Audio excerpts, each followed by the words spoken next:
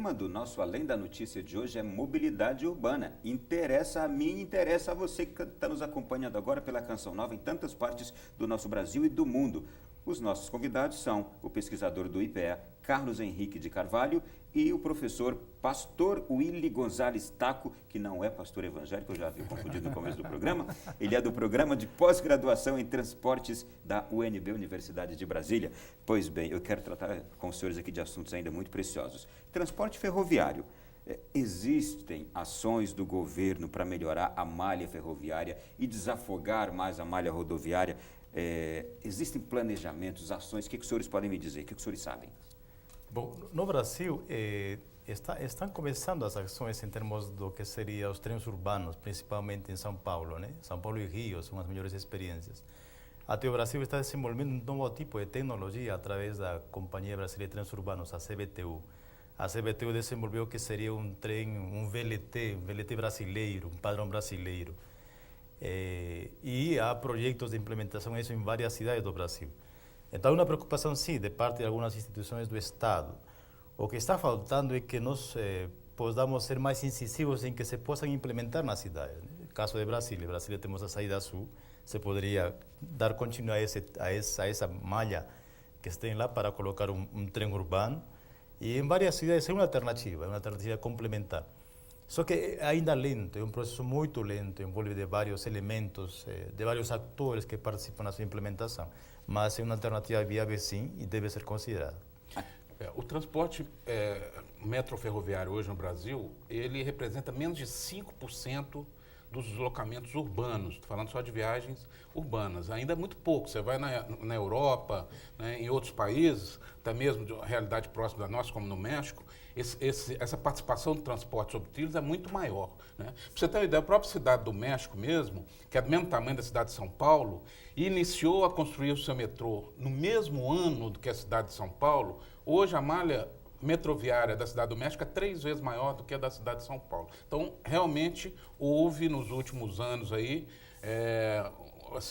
não houve políticas adequadas, né, focadas na expansão, né, dessa malha metroferroviária de transporte de passageiros no nosso país. Sem falar o transporte regional, que não existe no nosso país. Simplesmente acabou. Países de dimensões continentais, né, que o transporte sobre trilhos traria grandes vantagens competitivas e, infelizmente, nós nem temos hoje nenhuma ligação aí de transporte passageiro, não estou falando de carro. Lamentável. E quantas promessas a gente já escutou das nossas autoridades de que se implementaria, se voltaria a valorizar o transporte ferroviário e até agora nada. Pois bem, saúde agora. Os principais impactos do transporte sobre a saúde incluem lesões decorrentes de acidentes de trânsito, já aqui mencionadas, problemas respiratórios decorrentes da poluição do ar, obesidade associada à redução da atividade física e perturbações causadas pelo ruído. E os grupos mais vulneráveis incluem crianças e idosos, bem como ciclistas e pedestres. É real isso? Olha, lá uma pesquisa da USP, né, do professor Saldiva, eles estimaram cerca de 3 mil mortes na região metropolitana de São Paulo por conta da poluição atmosférica veicular. Não, são 3 mil mortes. E afetando basicamente crianças e idosos. Quem mais sofre, né, com as condições atmosféricas, principalmente com a poluição causada pelos veículos. Né? E qual que é esse vilão que a gente tem hoje? Né? O grande vilão, sem dúvida, é o transporte privado. Se você pegar as emissões de um transporte motorizado, seja público ou privado, as emissões por passageiro, né, por pessoa por deslocamento, né, as pessoas que usam o transporte privado, dependendo do poluente, eles poluem até 20 vezes mais do que quem usa o transporte público. Quem usa o metrô, por exemplo, aí essa relação fica quase que infinita, porque o metrô, como usa energia elétrica, e a energia elétrica no Brasil, a gente sabe, vem da hidroeletricidade, então, diferente da Europa, que a energia elétrica lá é a combustão, né, de petróleo. Então, combustíveis fósseis, no Brasil é mais limpo ainda a energia elétrica. Né? Então, se você comparar emissões por passageiros, né, obviamente O grande vilão disso aí, dessas 3.000 mortes, por exemplo, por ano, estimado em São Paulo, é o transporte privado. É essa política que foca sempre na mobilidade urbana estruturada pelo transporte privado. Professor, deixa eu confessar uma coisa para o senhor aqui. Eu me decidi nesse começo de ano a vir ao trabalho de bicicleta. Primeiro por uma questão de saúde e segundo também por causa do engarrafamento, da questão de transporte e também para economizar financeiramente. Isso. Só que eu encontrei uma grande dificuldade. As ciclovias não foram pensadas para o pedestre, elas foram feitas somente como um cumprimento de uma promessa de eleição. Você não encontra ciclovias no trajeto adequado para chegar a determinado ponto. Elas estão soltas, feitas em qualquer lugar, em qualquer parte. E também, em muitos casos, não tão bem feitas. Queria saber do seguinte, é necessário incentivar a população a utilizar o transporte coletivo, deixar o carro em casa, respeitar o espaço do pedestre, também é necessário termos calçadas mais confortáveis e seguras para ciclovias também, protegidas por sinalização, que a gente não encontra, sem buracos ou qualquer tipo de obstáculo. A gente já falou de planejamento. O que tem sido feito por aí não tem sido feito somente como uma forma de mostrar serviço por parte dos governantes? Em certa forma, o que se observa é uma visão pulverizada em relação ao que significa o espaço urbano para o indivíduo, né? Para a pessoa. Você vê, foram citados aqui grupos vulneráveis. O maior grupo vulnerável no Brasil são os idosos e as crianças. E se esquece de que o Brasil é um país que está envelhecendo em termos de ter uma maior proporção de pessoas idosas. A pirâmide populacional ela se invertiu, que significa que de aqui a 5 ou 10 anos vamos ter muito mais pessoas idosas porque a idade média avançou. E o espaço urbano em si não foi pensado para eles, nem o mesmo sistema de transporte também. Você vê ônibus com piso elevado, condições absurdas para a pessoa poder se locomover dentro do veículo, não é pensado no indivíduo. Então, aí volta essa questão. Como que eu penso meu espaço? Um espaço para quem? Qual que é o conceito do meu espaço? E aí retomo aquela questão, o espaço é para o indivíduo, é a pessoa. Porque se faço uma calçada para o indivíduo que é idoso, vai servir para qualquer pessoa. Se faço uma calçada para uma criança, vai servir para qualquer pessoa. Então, preciso repensar aquilo que você comentou. Hoje em dia me decido a utilizar a bicicleta, mas tem uma ciclovia que não tem sinalização, tem uma ciclovia que não me garante nenhuma condição de poder chegar com vida no meu destino final. Tenho, além disso, motoristas que não são preparados para entender que tem um ciclista que é frágil no sistema. E todas essas condições fazem-me desistir. Fazem-me, por mais que eu tenha uma visão elevada, humanamente falando. Nós vimos uma experiência em São Paulo, o ano passado, acho que foi, de um empresário que ele se locomovia da sua casa para o trabalho com bicicleta. Ele tinha 60 e poucos anos. Ele permanente ia, e ele podia ter um veículo com um motorista privado, ele podia ter um segurança, mas ecologicamente e a visão humana dele, não, vou deixar meu carro para ir de bicicleta. O que aconteceu? Foi atropelado. Esse é o grande medo de alguém. Esse é o grande medo. Então, o que acontece? Né?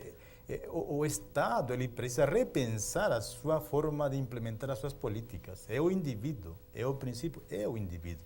Não é mais a infraestrutura, não é mais a tecnologia, é o indivíduo. As demais coisas são inseridas com base nas necessidades do indivíduo. Seria, por exemplo, a questão da bicicleta. Né? Hoje em dia se fala muito de bicicleta, Brasil é um exemplo claro, tem várias cidades aplicando bicicletários. Mas quem que pode utilizar a bicicleta nas condições que hoje em dia estão dadas? Quem que garante que ao finalizar o seu trajeto você vai conseguir chegar em casa com vida? Essa é a pergunta. E que pessoas daquelas que fazem as políticas estão utilizando a bicicleta? Deixa eu tratar já de um outro tema aqui. Além das bicicletas, nós temos os cadeirantes, os carrinhos de criança. Não seria o caso da uniformização das calçadas como uma lei, inclusive com aplicação de multa? Já existe a lei. Existe toda uma legislação focada na acessibilidade para as pessoas com locomoção reduzida. Desde 2004, você tem decreto presidencial estipulando um prazo de 10 anos para que todo o sistema de transporte, o sistema de transporte entenda-se veículos, entenda-se infraestrutura, terminais, pontos de parada, entenda-se passeios urbanos, no prazo de 10 anos, que esses elementos estivessem acessíveis. Esse decreto é de 2004, ou seja, Agora, o prazo 10 se anos finda agora. em 2014 e praticamente as cidades não fizeram nada, né? Exatamente. Você tem alguns poucos ônibus aí que foram comprados com elevador, piso baixo nem se fala, Nem né? se fala. É uma exceção. É uma exceção. E em termos de infraestrutura urbana também é muito pouco. E existe lei. No Brasil é interessante que as leis, a famosa lei que pega e lei que não pega. Pelo visto, essa lei não pegou, e pelo visto vai ficar por isso mesmo. Mas nós já temos uma legislação bastante avançada em relação a outros países. É o que o professor disse anteriormente. Falta não é a legislação, falta é a aplicação das leis. São políticas, né, para que efetivamente o que está ali previsto na lei seja feito e seja, né, cumprido pelas autoridades públicas. Né? Isso daria muito mais segurança, isso daria uma opção, uma alternativa muito grande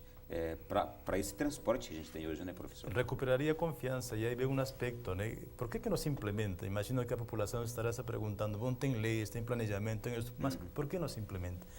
Aí vem uma questão importante, a questão da gestão, a questão da governabilidade. Infelizmente, alguns municípios, alguns entes, eles não assumem a sua responsabilidade.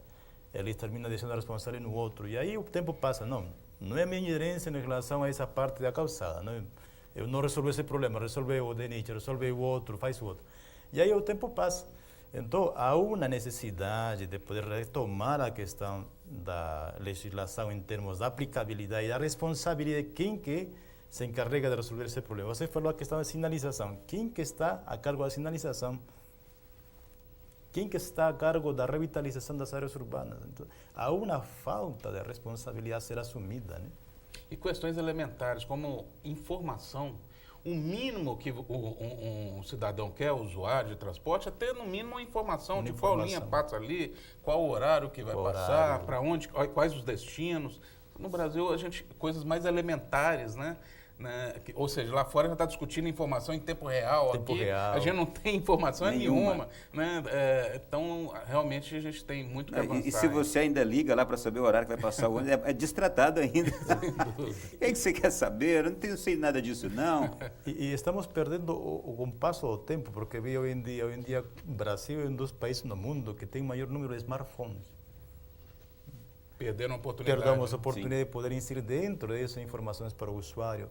Evidentemente, a experiência interessante está se trabalhando, mas o que chama a atenção é que há uma visão muito pulverizada, muito segregada, e não há uma união em relação àquilo que deve ser o objetivo do planejamento do transporte, que é o indivíduo, né? Senhores, eu quero deixar a seguinte questão. Há um certo tempo, portanto, ter conforto, um transporte que fosse eficaz, era você ter o seu próprio carro. Hoje em dia a gente viu que a gente está se trancando e a gente está ficando travado se a gente opta pelo carro por causa dos grandes engarrafamentos e as questões de mobilidade hoje que a gente já conversou aqui, todas elas. O que nós podemos fazer agora? Eu digo nosso povo, porque as leis existem, os investimentos também existem, as alternativas, sabemos o que fazer e como fazer, mas as coisas não estão andando. Nós, povo, o que podemos fazer para pressionar aqueles que são os responsáveis pela implementação? É o que está começando a se fazer no nosso país. As manifestações no ano passado, né, onde a bandeira da melhoria do transporte público, não só a melhoria e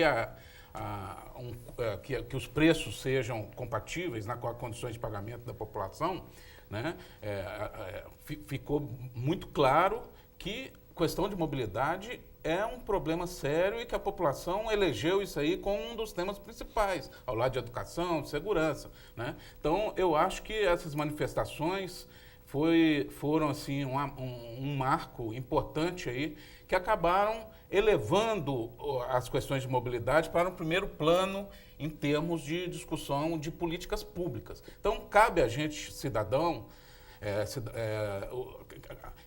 que a gente convive aí no dia a dia, demanda sistemas de mobilidade, demanda transporte público, a gente cobrar das autoridades que efetivamente olhem, né, o transporte público de uma forma prioritária quando se discute políticas mais amplas, né, em termos tanto de financiamento, em termos de uso do espaço urbano, você dedicar mais espaço ao transporte público. A gente, cidadão, a única forma que a gente E tem em que fazer é termos de pressionar. cumprimento da lei que já existe. Cumprimento da lei que existe. Exatamente. Professor, suas últimas palavras também sobre Sim, isso. eu vejo justamente esses dois aspectos, né? Por um lado, a questão das instâncias representativas que existem no Brasil, né? A participação popular é muito importante, joga um papel decisivo na implementação dessas políticas. Basta ver que existem as audiências públicas, no qual se podem discutir e se devem discutir as problemáticas da sociedade. Isso é que chamou a atenção à comunidade. Muitas vezes nas audiências não participa a população. Há uma omissão de parte da população em relação às audiências, e aí temos o que temos. E outro aspecto é o comportamento individual. Cada um de nós tem responsabilidade no que se passa.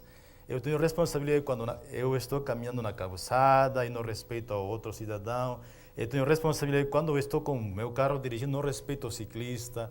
Faço caso omisso à sinalização, passo o semáforo em verde, em vermelho. Eu não respeito o espaço, então eu mesmo também estou sendo responsável do espaço. Então, acontece um comportamento tanto individual como também a participação da população, né? Que as instâncias estão definidas. O Brasil tem muito sobre isso. Muito obrigado pela presença dos senhores. Já acabou o nosso programa. Infelizmente, muito rápido. Foi um prazer tê-los aqui. Fiquei enriquecido com vossas presenças aqui. Muito obrigado. Muito obrigado. E a você de casa que esteve conosco também, o nosso muito obrigado. Foi enriquecedor o tema de hoje. Tenho certeza que vai fazer diferença em nossas vidas. Grande abraço a todos. Até a próxima semana e um conteúdo exclusivo sobre este programa. Você pode revê-lo também, além da notícia.net. Acesse. Até a próxima semana. Boa noite, bom sono.